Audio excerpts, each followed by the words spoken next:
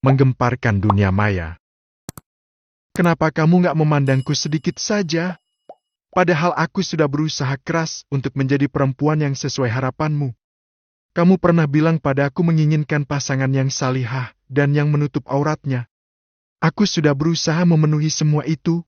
Astagfirullah. Yes, spray Siska this lepas. PDTC boleh pakai. Okay. Boy ingin melapas Next, tangan wanita toilet itu, disability seminggu 2 namun kali ke. semakin erat Siska memeluknya. Ia menempel di punggung dengan begitu ketat. Kenapa kamu nggak memandangku sedikit saja dan malah menikahi Alia? Aku berusaha sabar. Di saat kamu mengucapkan ijab atas namanya, hati aku hancur. Hancur karena aku berharap namaku akan jadi satu-satunya nama yang kamu sematkan dalam ijabmu. Mendengar kalimat panjang Siska, Boy menghela napas. Karena pelukan wanita itu semakin erat, Boy menghempas dengan kasar hingga keduanya terpisah. Meskipun merasa kesal, namun Boy berusaha menahan diri. Siska adalah teman lamanya. Mereka kuliah di tempat yang sama. Siska bahkan sudah beberapa kali menyatakan perasaannya terhadap Boy, namun harus berakhir dengan penolakan halus. Jaga batasan, Dokter Siska. Ingat ini tempat umum. Kita sedang ada di rumah sakit. Apa kata orang nanti kalau ada yang melihat? Siska menyeka air mata yang membanjiri pipinya. Maaf, aku terbawa perasaan. Sejujurnya, aku masih sangat mengharapkan kamu. Aku mohon jangan berharap lagi. Di luar sana ada banyak laki-laki yang baik. Aku sudah menikah dan aku mencintai istriku.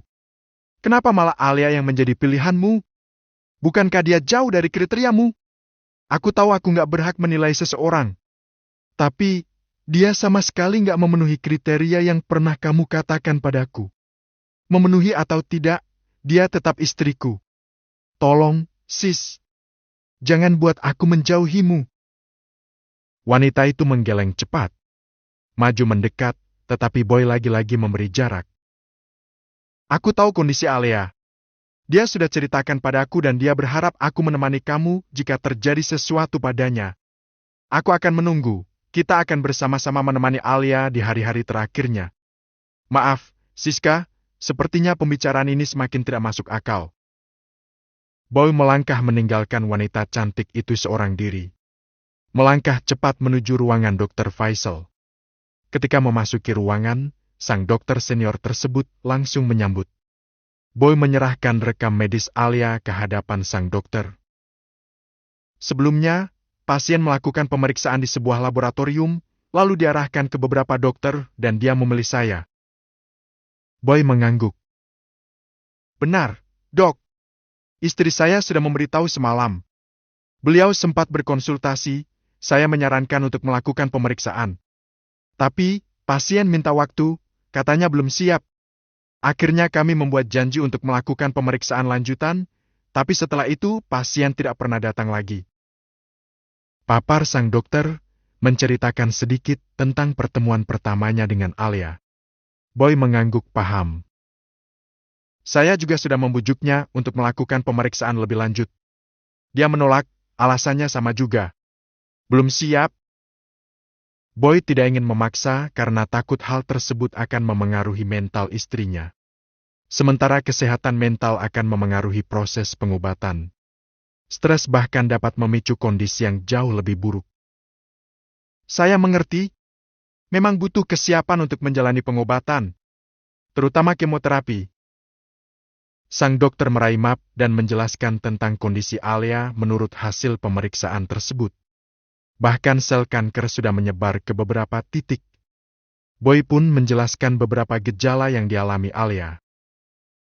Dia memang mengalami beberapa gejala. Penurunan berat badan walaupun masih dalam tahap wajar, pucat, mual, pusing dan kadang sampai pingsan. Awalnya saya tidak menemukan gejala penyakit berat, dan saya pikir semua kondisi itu hanya dipicu oleh stres yang berlebih.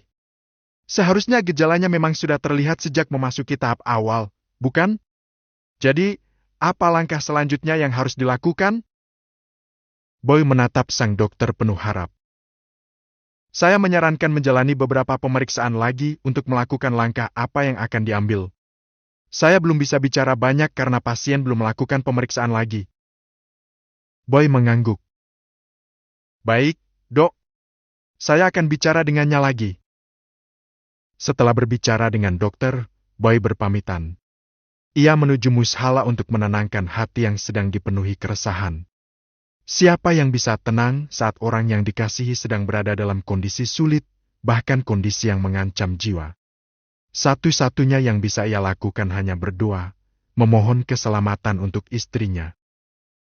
Ya Allah, jaga Kumairahku, berikan keselamatan baginya. Sehatkan badannya. Semoga dia selalu berada dalam lindunganmu. Semoga ujian ini membawa kebaikan baginya. Beberapa menit dihabiskan Boy di musala. Ia lebih tenang setelahnya. Ketika keluar dari ruangan tersebut, tatapan beberapa perawat wanita mengarah padanya. Ada yang hanya melirik, ada yang saling berbisik. Boy tidak asing lagi dengan kondisi seperti ini. Sejak awal ditugaskan di rumah sakit tersebut, ia memang menjadi pusat perhatian beberapa orang. Selamat siang, Dr. Alfian. Sapa beberapa orang. Siang. Boy membalas dengan senyum ramah diiringi anggukan kepala. Dr. Alfian adalah sebutan yang disematkan beberapa orang kepadanya. Pemberitahuan pesan masuk mengalihkan perhatian. Boy membuka ponsel, tertera nama Bray pada layar dengan beberapa pesan bergambar. Lihat berita ini deh, Kak. Ini kakak, bukan? Isi pesan dari Bray.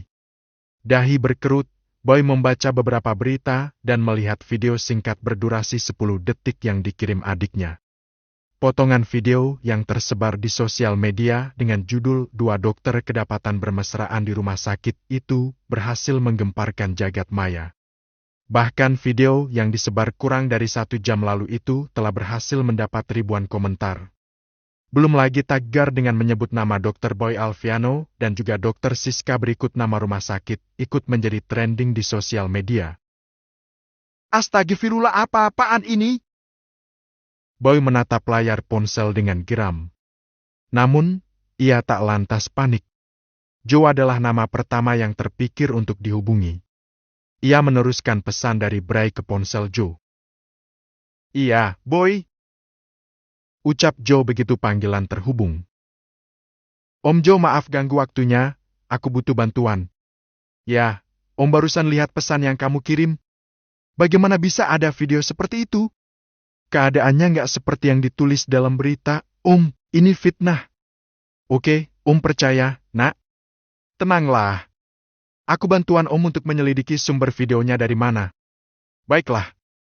Terima kasih, Om. Setelah berbicara dengan Joe, ia mengakhiri panggilan. Sekarang yang ia pikirkan hanya Alia dan keluarganya. Khawatir jika beredarnya video itu akan menimbulkan salah paham. Astagfirullah, ya Allah, ada-ada saja. Boy masih belum dapat mengurai rasa terkejut dari berita yang beredar saat seorang dokter yang merupakan rekannya datang menghampiri. Sudah lihat berita di sosmed? Tanya lelaki itu. Baru saja? Ardan, ini nggak seperti yang ditulis di berita, ini hanya salah paham. Aku percaya. By the way, kamu ditunggu direktur rumah sakit sekarang. Boy menarik napas panjang. Tanpa pikir panjang, ia langsung melangkah menuju ruangan pimpinan rumah sakit. Setidaknya ia harus memberi penjelasan tentang video yang tersebar dan mencari pelaku yang sudah merekam mereka dan menyebar ke sosial media. Assalamualaikum. Ucap Boy sesaat setelah memasuki ruangan pimpinan rumah sakit. Waalaikumsalam, silakan masuk. Ucap pria paruh baya tersebut. Boy menatap ke dalam dan memerhatikan beberapa orang di dalam ruangan. Di salah satu kursi sudah ada Siska yang duduk sambil menangis.